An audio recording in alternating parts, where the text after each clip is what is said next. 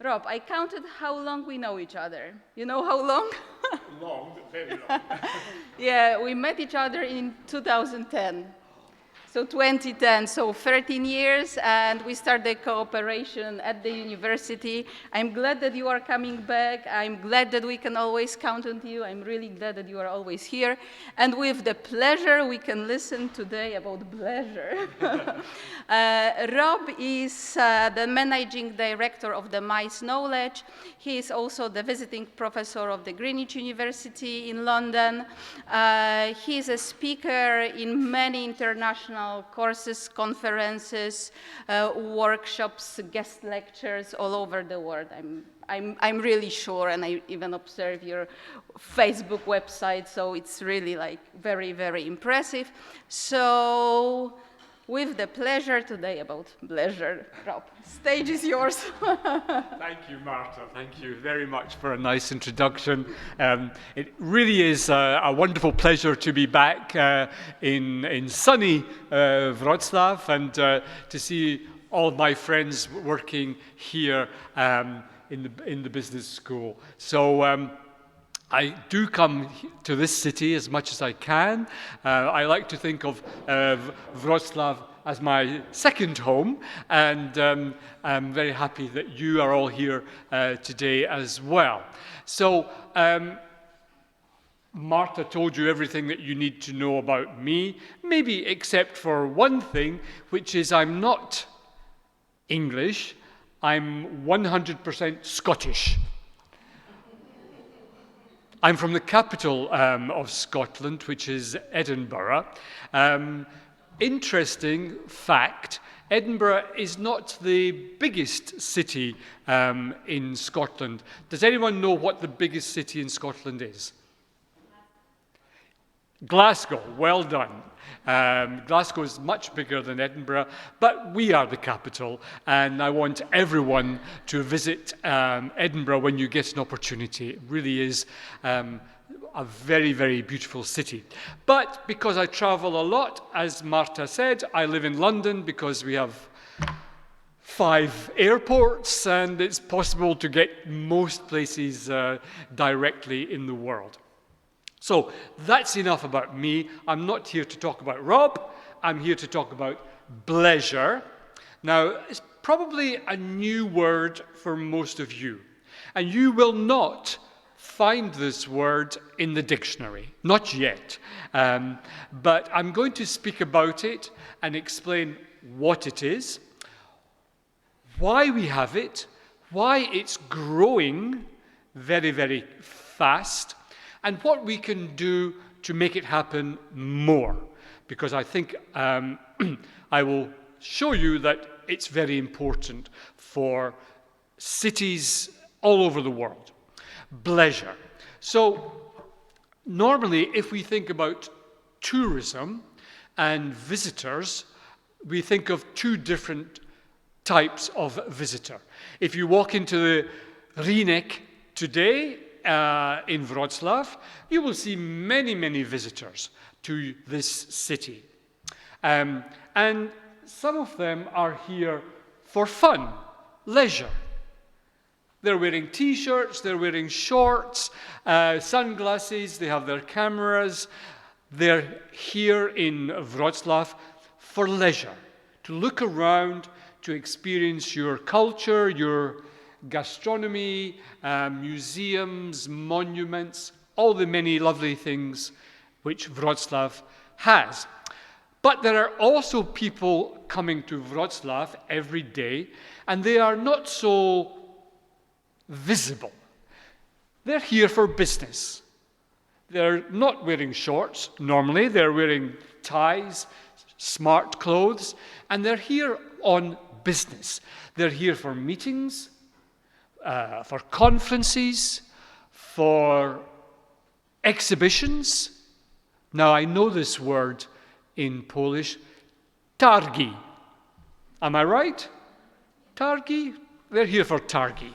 They're here, in other words, on business. Now, they are very interesting people to have in your city because generally they spend more than leisure people. They come every month of the year, January, February, March, not only in the summer or Easter or Christmas, they come every month of the year, and they stay in your best hotels. They use taxis, not the buses. They spend money. They are here on business. So before we look at Bleisure, which is the combination of business plus leisure, let's look at differences between leisure tourism and business tourism. The purpose of the visit. Why are they here? Well, you've all been on leisure tourism. You know why you go for leisure tourism: for fun, relaxation, to explore, to look around and enjoy yourself. Business people, why do they come to a different city? They're looking for education. Yes, they want to learn, just like you are all learning today. One reason why men and women go to conferences is to get some more education, to learn things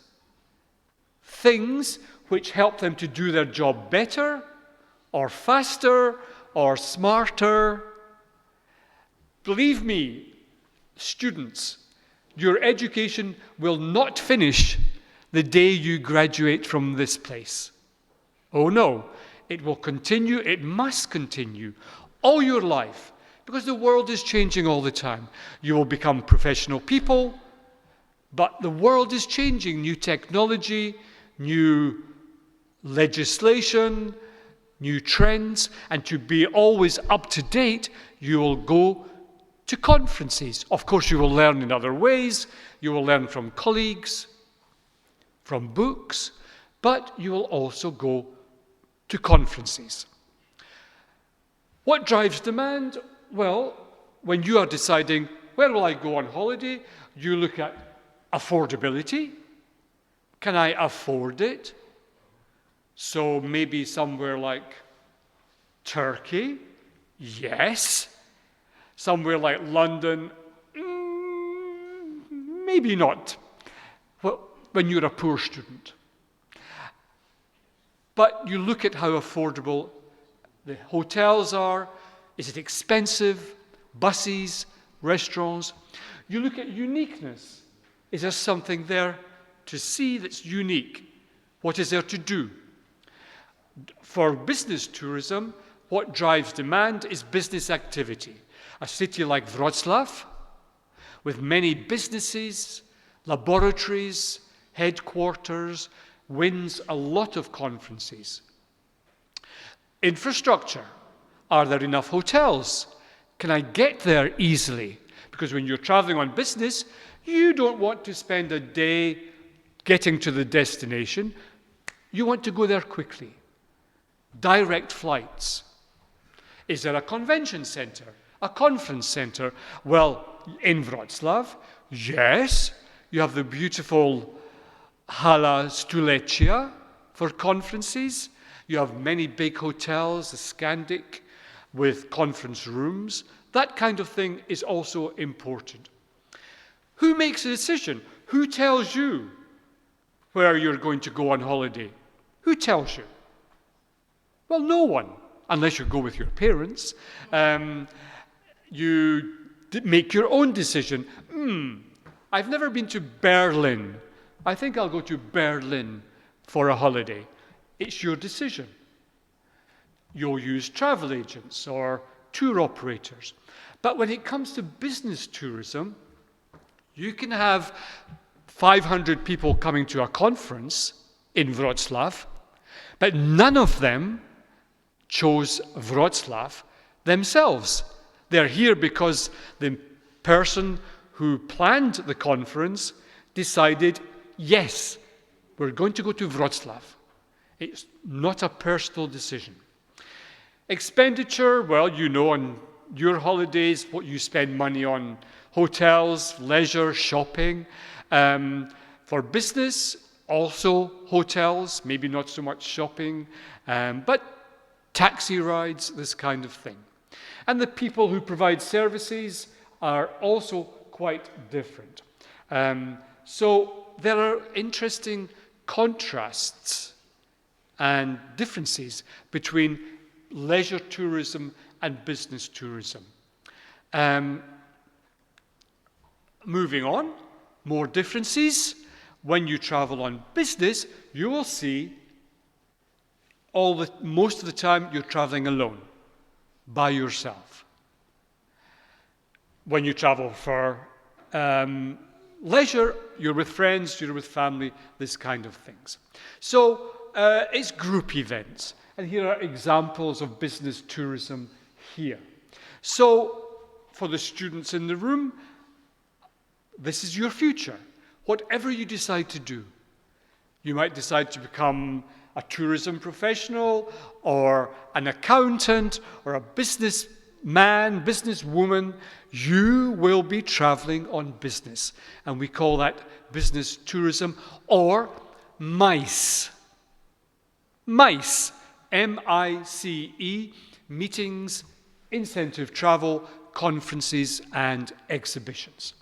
So when I talk about mice, I don't mean little animals in your kitchen. I'm talking about business tourism.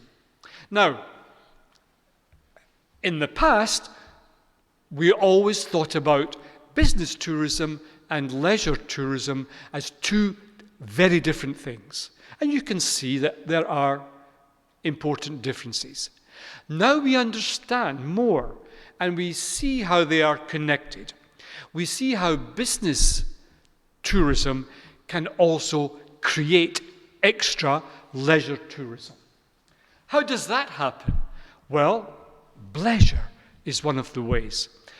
Business visitors create leisure tourism when they stay longer. Imagine you have a conference in Wrocław this week. Let's say 2,000 architects have come to Wrocław for a conference. Some of them will stay longer. They will come early or stay late for a day, 2 days, maybe more. In other words, their first reason for coming here is for business, but they did a bit of research. Maybe they've never been to Wrocław before, and they say, wow, I'm going to stay longer. In other words, that business event creates leisure tourism. Also, you will see when you're a professional going to conferences, you will often take someone with you. Your boyfriend, girlfriend, husband, wife, children. You will take them with you because you're going to a nice place. You're going to Las Vegas for a conference, and your husband or boyfriend, girlfriend says, I'm coming with you. Let's go together. When you're at the conference, they are in the streets of Las Vegas, spending money in restaurants, tourist attractions, shops. It creates leisure tourism. Also, many conferences you will see include a tourism element. For example, we are at a conference this week. All the people on that side are at a conference here, and we're going to go on excursions, visits to the region, Silesia. In other words, we'll have a day of leisure as part of our business event. But also, business tourism brings leisure when people come to your city for the first time and like it. They come for a few days conference and they say, wow, what a fantastic place. I'm coming back with my friends, my family. I'm coming back for a holiday. In other words, coming to the conference gave them a small taste of your city, They fell in love with it, like I did many years ago, and they decide to come back for fun. So I hope you can see how business tourism and leisure tourism are connected and how one can create the other. So, here we come to Bleisure. Business plus leisure. And you can see it's combining business travel with leisure time, turning your business trip into a little holiday. The Americans, we really love them. They always have different words. They call it bizcation, but we don't really like that word because it sounds a bit ugly in European English. And it's what I said there, business travelers staying longer. Now listen, at any event, any conference, there will be some men and women who automatically decide to stay longer, which is wonderful for the destination. What I want to look at with you is how can we persuade more people to stay longer? How can we encourage people to do Bleisure? We'll come back to that. So, why this is also very important is that it's growing fast. A lot of that growth is because of COVID, and we'll come back to that. But last year, EHL Insights, that's a Swiss-based consultancy, they identified Bleisure as the #1 trend in hospitality. That's why it's important. That's why I want you to understand more about it. So, why is it growing now? Well, I mentioned COVID, and of course, it still is around. We should not say that it's over. But COVID changed many things in our lives, and one of them was the way that we travel. Now, after the worst years of the pandemic, we all wanted to travel. You wanted to travel. We were stuck at home for 1 year, 2 years. I was going crazy. I'm a man who's traveling all the time. And for 2 years I'm in London going like this. I want to go somewhere. I look at the sky over London. Now normally the sky over London is flights, aeroplanes, all the time, day and night. And during the pandemic, nothing. It was very strange to look at the sky and to see an empty sky. And I was down there on the ground dreaming about traveling again. Take me to an airport, I'm going to die. I really wanted to travel. So, like me, many people after the worst of the pandemic decided to go crazy and to travel, travel, travel. And that's why we saw more Bleisure. Because people said, I'm going to fly to my first trip after COVID was to Croatia. Anyone from Croatia? Wonderful city, wonderful country. And I was like a child. I was going, I'm going to go in a plane. I'm going to be in a hotel again. Of course, that was a conference, but my goodness, I stayed for extra days. You bet I did. So, COVID made us want to travel. It also told us something important, that we didn't have to go into our offices every day. Many of us were working hard, were working more during COVID when we were working in our own kitchens with our own laptops. I was very productive. I did more research than ever. I love my colleagues at Greenwich University, but sometimes they're a bit chatty and I just want to work. No problem. I was in my house, in my garden. So we decided, wow, we can work from home. We don't need to go into the office every day. And then we realize something else. Wait a minute, I don't need to be at home. I can work from Las Vegas. As long as I have Wi-Fi and a laptop, it doesn't matter where I am. And therefore, Bleisure was growing fast because people realized, okay, I'm going to a conference in Dubai. Why do I need to rush back to sit at my desk in my office? I can do work easily from Dubai and go out in the evening and have fun and so on.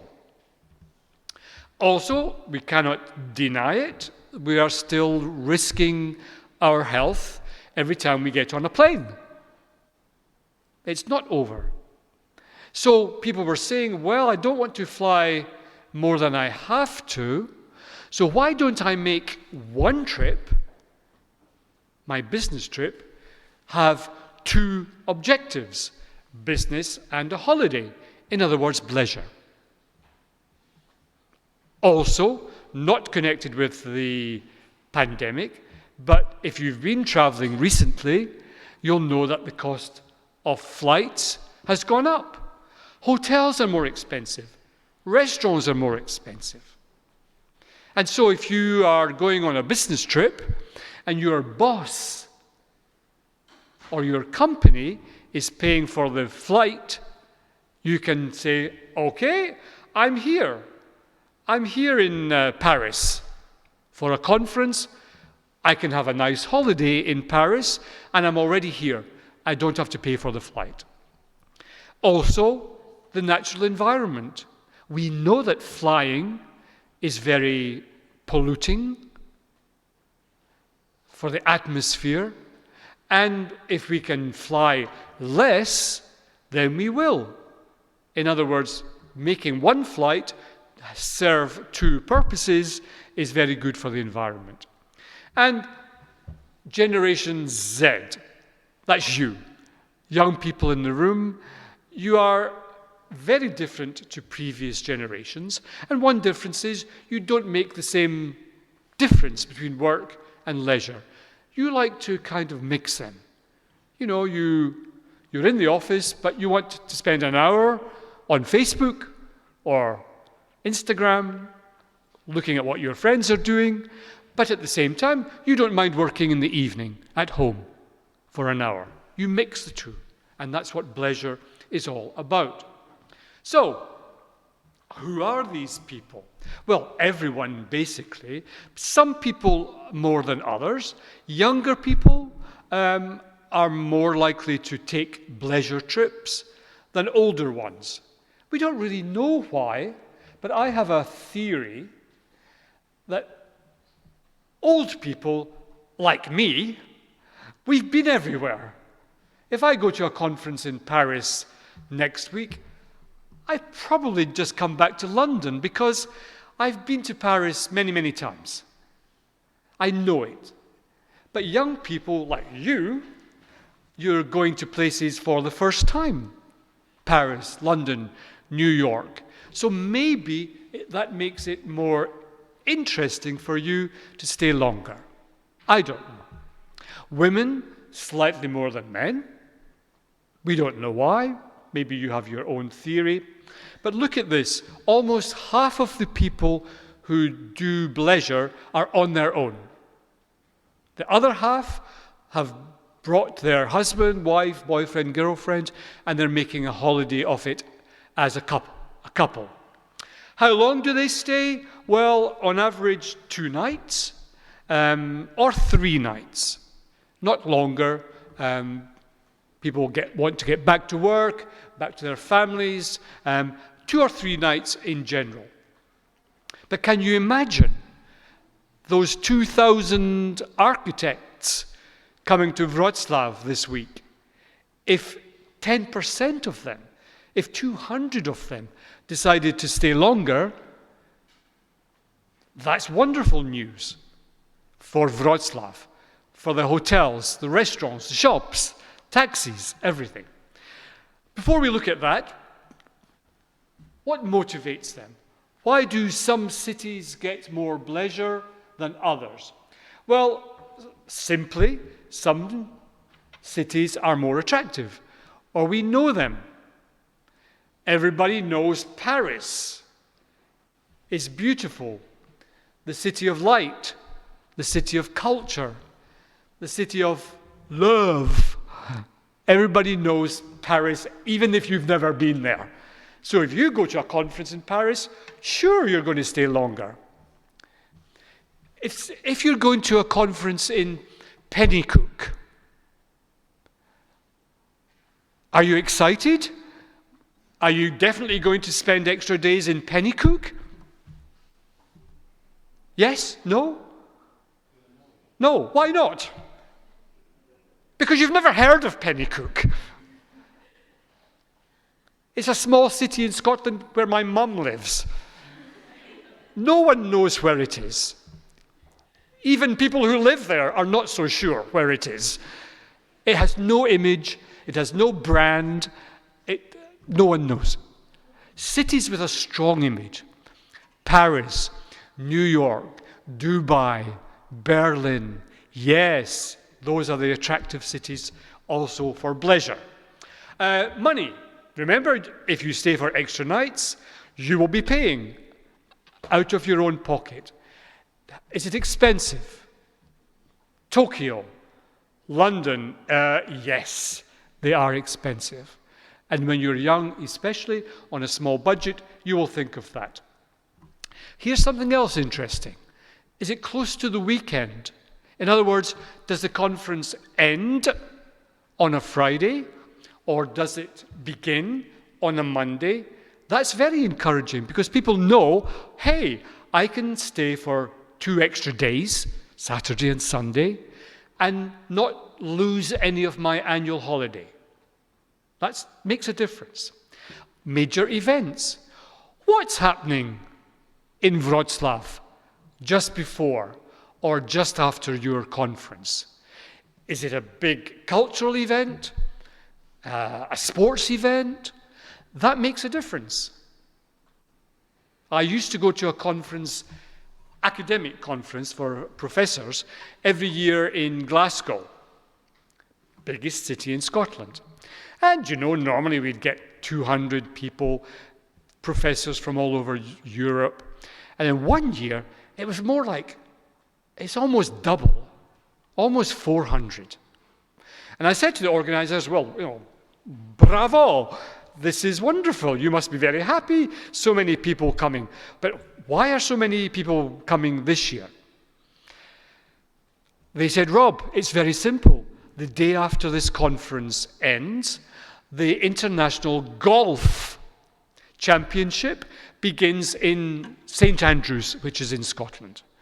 So we had lots of American professors who came, and then immediately after, they went to St. Andrews to watch the golf.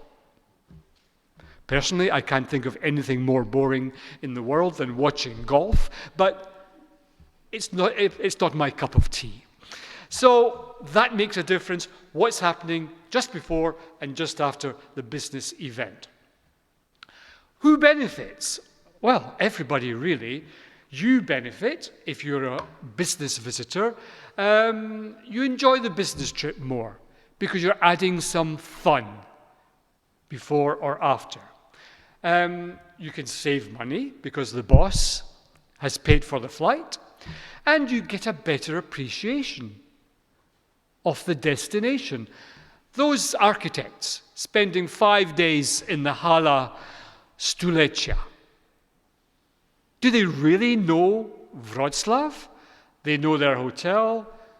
One evening they may go out to a bar in the Rynek, but do they really know all the culture, the history of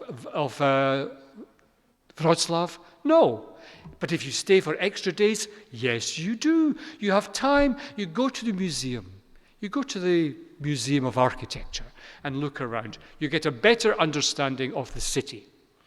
Destinations, win, win, win. They spend more money, more time, and more money. They get a better impression. So when they go home, when they go back to London or Ohio or New Delhi, they say, you ought to go to Wrocław. It's a lovely place. They can become your ambassadors. They can spread the word. Also, we know that conferences held in attractive places get more participants. I go to a lot of conferences, I get invited to a lot of conferences, and one thing which makes me decide will I go or not is it a nice place? In the case of Wrocław, the answer is always yes. But if it's a new place for me, I was saying to our friends from Baku, 1 month ago, I was there. I was invited to go there, and I did not hesitate. I said, sure, I've never been to Azerbaijan before. I'm very motivated. And of course, it's a nice place. So, let's just look at this short video, and we'll find out more about the benefits of Bleisure. Just very short.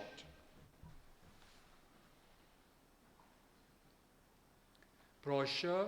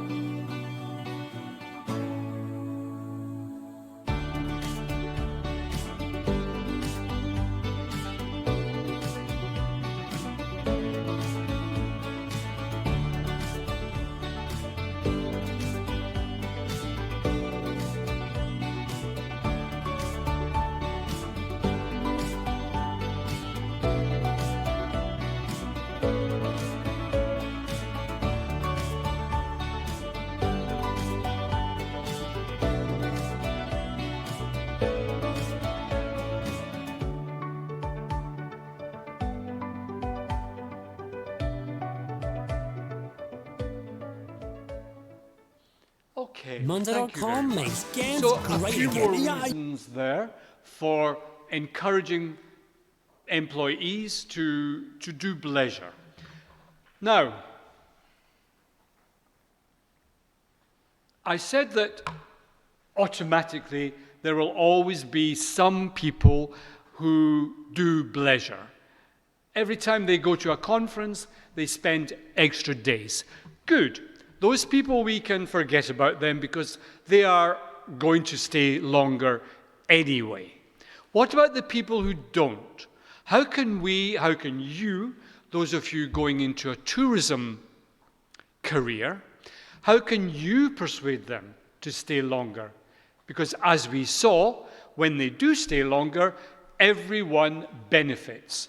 The hotels, the shops, the restaurants, the destination, and the people who do it. So, convention bureaus have an important part to play here. Convention bureaus are organizations in your city, wherever you come from. Check out your convention bureau. They're organizations similar to tourism organizations, but they are not marketing for tourism, they are winning events. They are winning conferences. And I'm using that word winning because that's what it is. If you ever ask yourself, why did this big conference come here and not to Paris or London or Rome? Why is it in Wrocław? It's because the Wrocław Convention Bureau, those men and women, based incidentally in the Hala Stulecia, they won it. They beat the competition because everyone wanted it. 2,000 architects. Can you imagine how much money those people bring to your city? The Convention Bureau are fighting to win conferences for their city. And here's the kind of thing that they can do. When they're competing, of course they mention things like the venue, the conference center, the flights, the hotels, but they also mention culture, tourism, things to do, things to see, what makes this city special. What can you do in Wrocław? What can you see in Wrocław that you can't do or see anywhere else? So they market it not only for business, but for leisure. Now, when a big association conference comes to this city or to any of your cities, normally we know a few years ahead.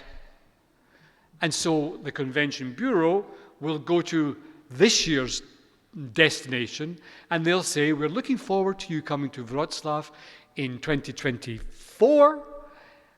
Please, when you come, stay longer. Stay longer. Enjoy our city. Enjoy the leisure, the Bleisure. Information's important, and also working with conference planners so that it's maybe just before or just after a large event. Let's look at what the Norway Convention Bureau does. Anyone from Norway? Okay, well, they have produced this video, and we're going to look at it now to persuade people coming to Norway to stay longer. Let's just watch it.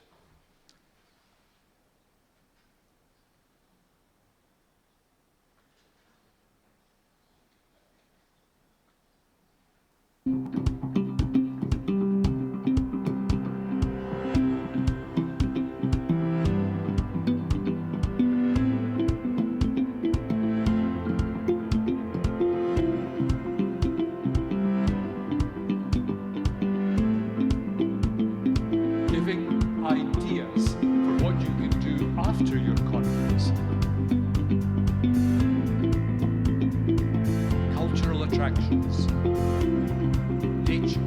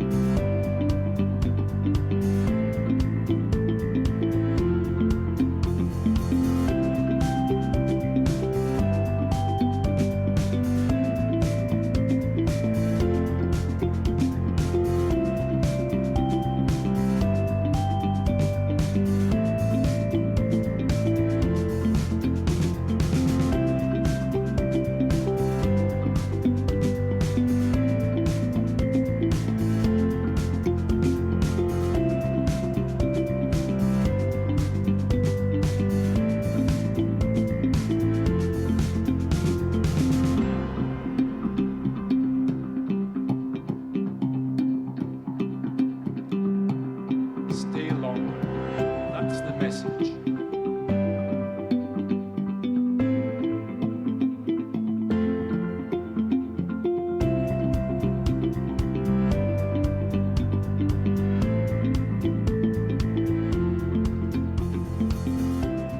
Okay, beautiful country. And you can see the Convention Bureau of Norway is working hard to persuade business people to stay longer by giving them ideas. If we come to Wrocław, here's Agnieszka Szymirowska, and she's describing here what they do when a conference comes to this city, working with the organizer to persuade people to stay longer, excursions, working with hotels to get a special price for Bleisure people. So Agnieszka is the lady, the boss of the Convention Bureau, and she's working hard to win conferences for Wrocław, but also, as you can see here, to persuade people to stay longer, and everyone will benefit.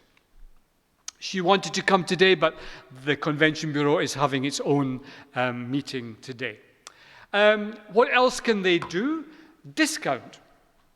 Everyone likes a bargain, a good price. So many cities, maybe the city you come from, have these cards. This is the one for Baku. Where are our friends from Baku? There you are. Perfect, perfect.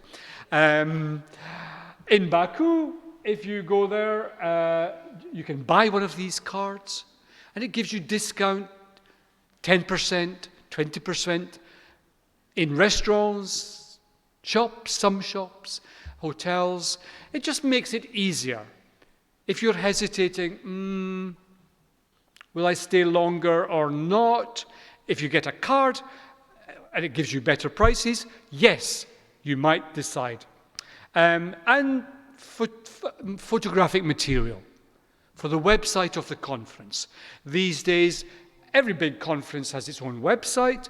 Well, let's put some nice pictures of nature, culture, gastronomy on the website to encourage people to stay longer. Now, many of you, I think, will go to work in hotels. Hotels also can do something, can do a lot to persuade conference people to stay longer.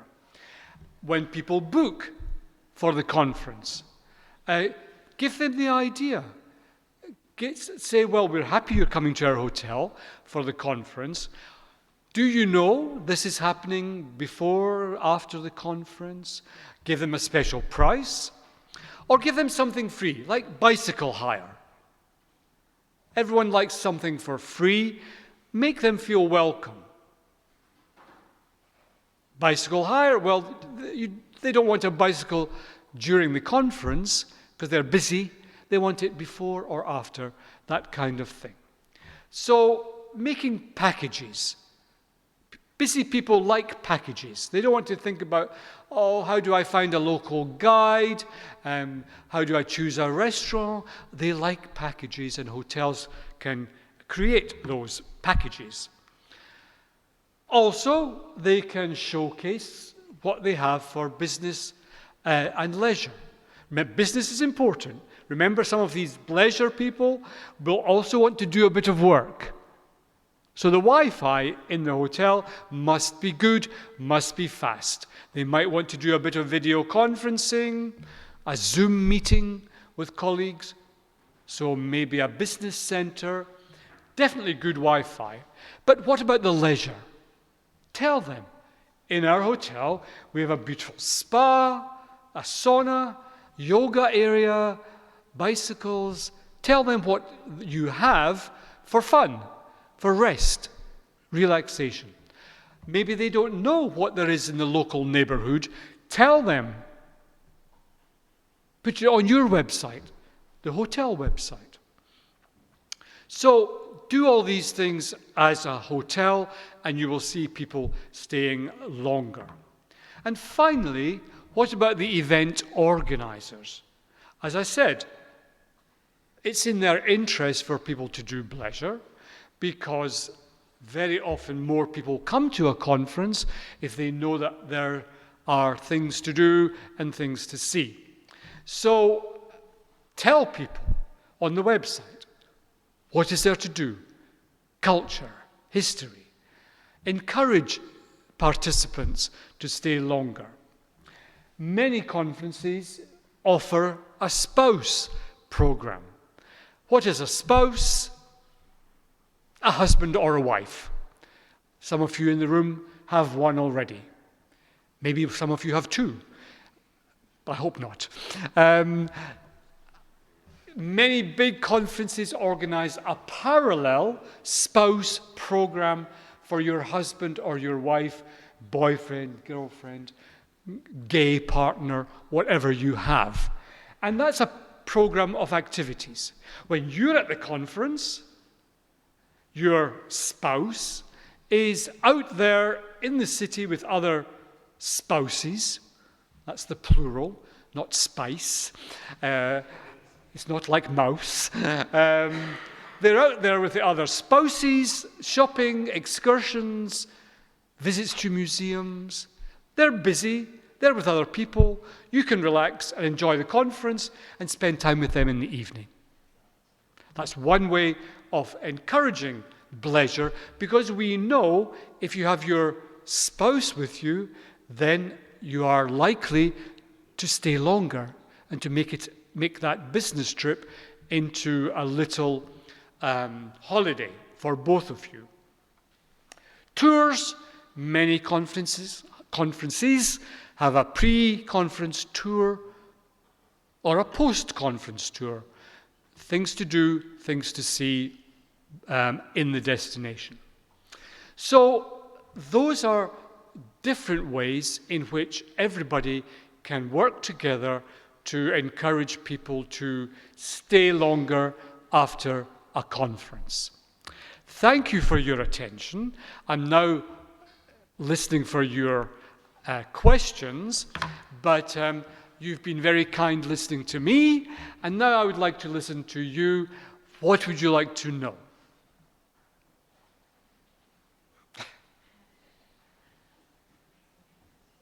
Are you saturated with information?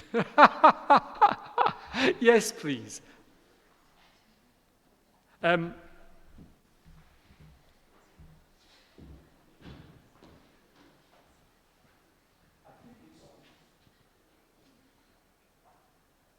Hello, I just wanted to ask, maybe could you tell us more specific differences between Bleisure and vocation? Thank you very much. Yeah, it's a good question, and I was not speaking about workcation, but it's an important difference. Workcation is when you take your laptop on a plane and fly to somewhere else completely different in the world and do your normal work. From 9 till 5 or whenever you work. That's a workcation. It can be for many, many months. And again, if you're in a job like marketing or computer science, all you need is a laptop and Wi-Fi. And you can work anywhere in the world. And we call that a workcation. It's not Bleisure. Bleisure is what I said, conference plus a few extra days. Workation is long-term. It can be a year. And what's very interesting now is that some countries in the world are actively marketing themselves as workcation destinations. Anyone from Estonia? Where do you come from? Estonia is a good example of a country which is offering workcation passports.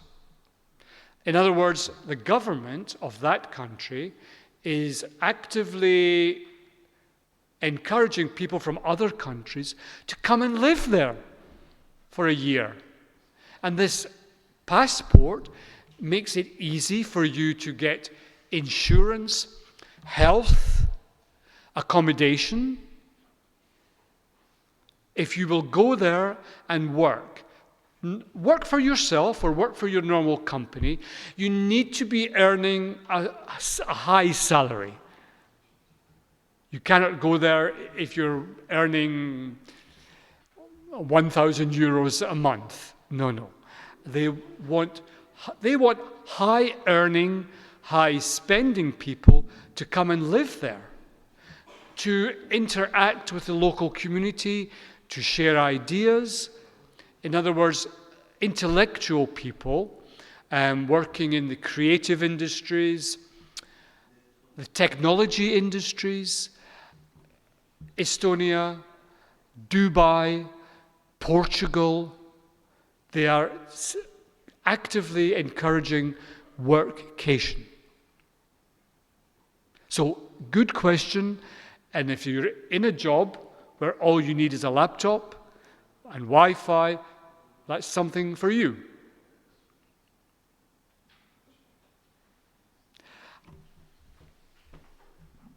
I need a helper.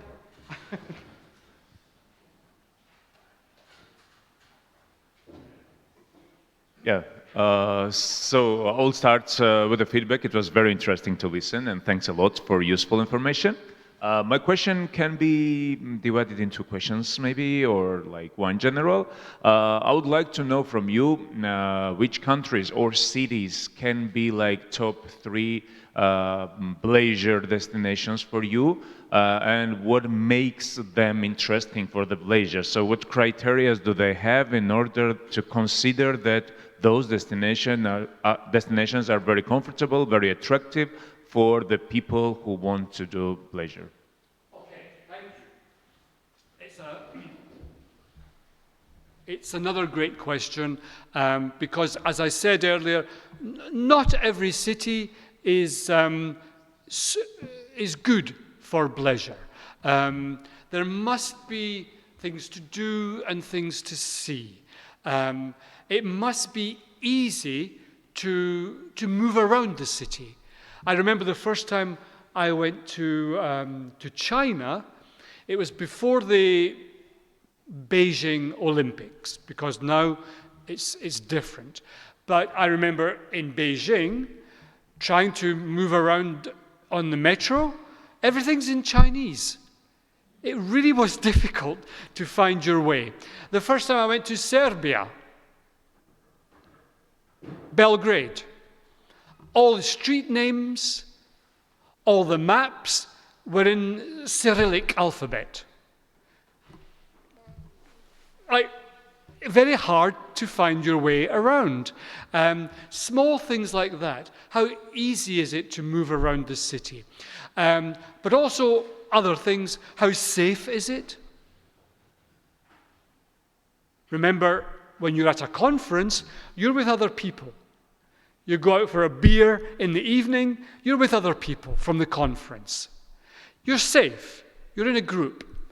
If you decide to stay longer, suddenly you're on your own. And suddenly the city maybe feels a bit different. You want to know that that place is safe. You can walk around at night without worrying about crime or being attacked. That's another important thing as well. But I think the principal thing is things to do and things to see. Sport, culture, gastronomy. And that's when the tourism organization and the Convention Bureau need to work together. Because the tourism organization, they market the city according to its attractions. The Convention Bureau is marketing the city according to its business assets, hotels, meeting rooms, direct flights, taxis. So it's a different kind of marketing, and they need to work together to persuade people to stay longer. But it needs to happen a long time in advance, before the conference. I told you, I'm traveling all the time to conferences. I love it. And sometimes I arrive in a new city, and I've never been there before, and I look around, and I think, wow, what a fantastic place. I thought I knew all the fantastic places in the world, and this city is amazing. I wish I had known before. If I had known before, if someone told me about the attractions, if I'd done my research, I would have stayed longer. But now I'm going back, and my flight is tomorrow, and I don't have any time. It's a missed opportunity. So that seed must be planted many months before, because when you arrive there, it's too late. You already know when you're going home. So it's a very long process. Does that help? Is that all right? Fantastic. We had another question. Ladies first. Thank you so much. I'm interested in your opinion because I'm interested because this is a really good idea for the places which are not very popular for tourism. It's a really nice opportunity for them, but at the same time, I'm just asking about your opinion. What do you think? These Bleisure tourists, wouldn't they treat the legacy, the cultural legacy of the places they will visit superficially? And if it's okay for the culture of the places that are not so popular, for example, Africa or some parts of Asia, wouldn't be any cultural troubles for them in the future, like degeneration of the culture in these places? I think I need to hear that again. I'm really sorry, because up here I can't hear you so well. Okay, so I will try to speak more loudly. So I'm curious about the places which are not so popular in the tourism way. So it's really nice opportunity for them, as I understand. But about the places that they already have the tourism, a bigger amount of the tourists, it's okay. But for okay, so I'm sorry, I just lost my way of thought. So my question is, if the Bleisure wouldn't cause the cultural degeneration in the places in which these tourists will come, like unpopular places like Africa or some parts of Asia, because it can cause this tourism can treat the culture superficially in these places. So I'm interested in your opinion about this. Thank you. Thank you. That was better. Sorry. I'm far away. It's great. I think Bleisure can definitely be an opportunity for those places like Pennycook, that we never heard of before. And it doesn't. You mentioned culture and history and things like that. Well, everyone loves those things. Everyone loves a city that has a story. And my goodness, Wrocław has a fascinating history. The history of Wrocław is the history of Europe, basically. But I think what I want to say is that some groups are interested in other things. I'll give you an example. We have a lot of engineering conferences in the UK. And people who come to those conferences are engineers. There are people who design bridges and roads and things like that. When they come to the UK, if it's an international conference, of course they are interested in seeing Buckingham Palace and Edinburgh Castle and things like that. But they're also interested in their specialism. They want to go and look at some of our historic bridges and the Roman roads, because the Romans came to Britain and built roads, which we're still using. We have bridges built by the Romans that we're still using. So I think if you want to encourage people to stay longer, it's important to look at their interests. If they're doctors, for example, they might be interested in visiting a famous hospital or a historic hospital with an operating theatre, this kind of thing. It doesn't have to be the classic history with a castle and famous battles were fought here. Look at the group, what are their interests, and follow that, and you'll see they'll be interested in staying. It's an opportunity for everywhere. Thank you so much for your answer. Thank you, Anna, for the question. And behind? Oh, sorry. And then behind. Okay. Ladies first. Loud, Okay. loud. I would thank you, Professor, for your presentation. And we are in a time, different time, of rethinking, of recreation, or co-creation. And in this frame, I will ask you, how do you think it's time, it will be a time for business workation? Oh, business working. Huh? Yeah. That's another word for your vocabulary, business workation.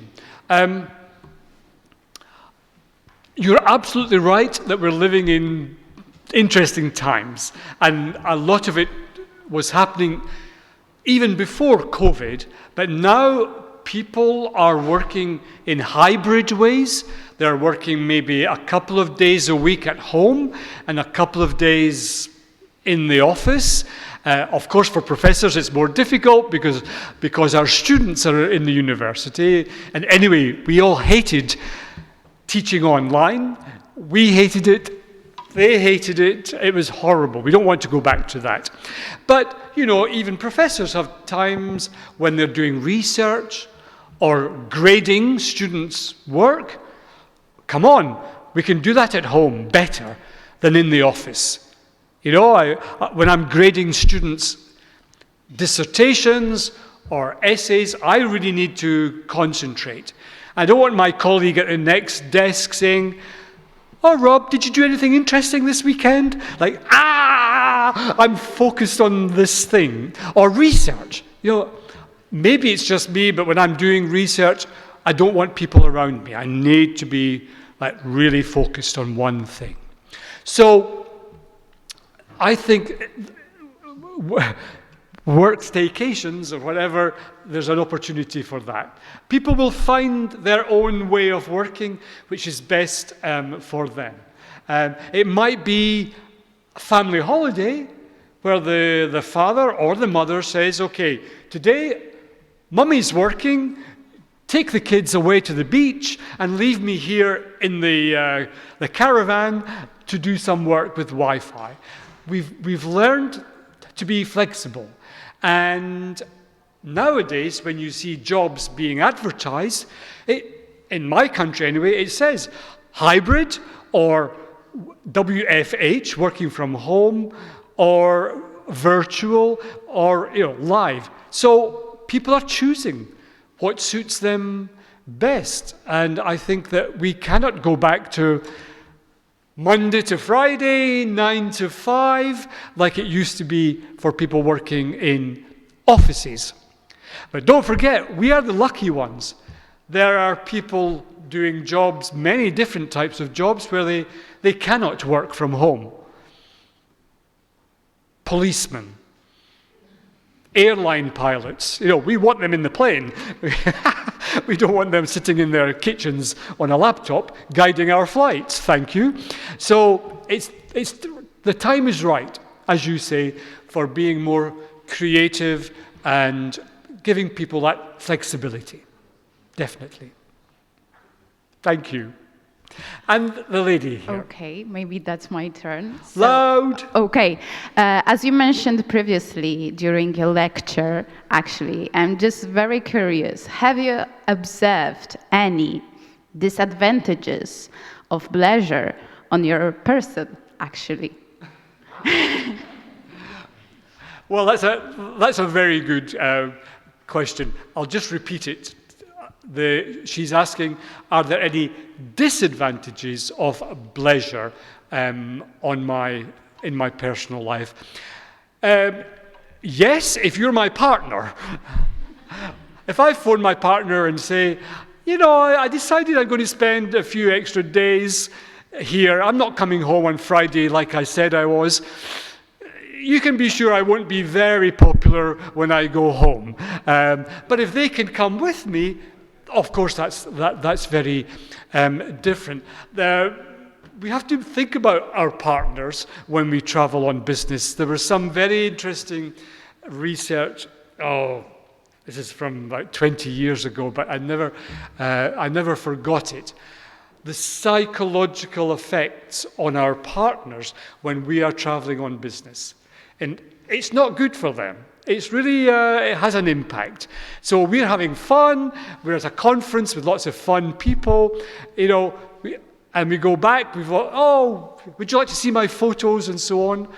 Don't be surprised if they say, no, I don't want to see your photos. It's not good for the partners. Personally, that's the only one I can think about. I think it's all personal benefits, to get to know the place better, and just to relax. I'm the crazy guy who flew to China for 48 hours and came back. I went to China to speak at a conference, and I flew back from China to Europe to speak at another conference. Can I really say I was in China? I didn't even change my watch. I kept my watch on European time. Just like, we call it FIFO, fly in and fly out. That's not a human way to live. You don't see anything. You don't meet local people in the bars and the street. You know, it's not good tourism. So these days I'm doing as much Bleisure as I can, and it only gives me advantages. Thank you all. One more? Gentlemen? No? Satisfied? That's what we aim for. Well, I think you've been here long enough, and I want to say from my heart a very big thank you for your attention, for your smiles, and wish you good conference for my colleagues in the International Week, and good studies to all the students in the room. Good success with your career, and don't forget when you start going to conferences to do Bleisure. Thank you very, very much. Dziękuję bardzo.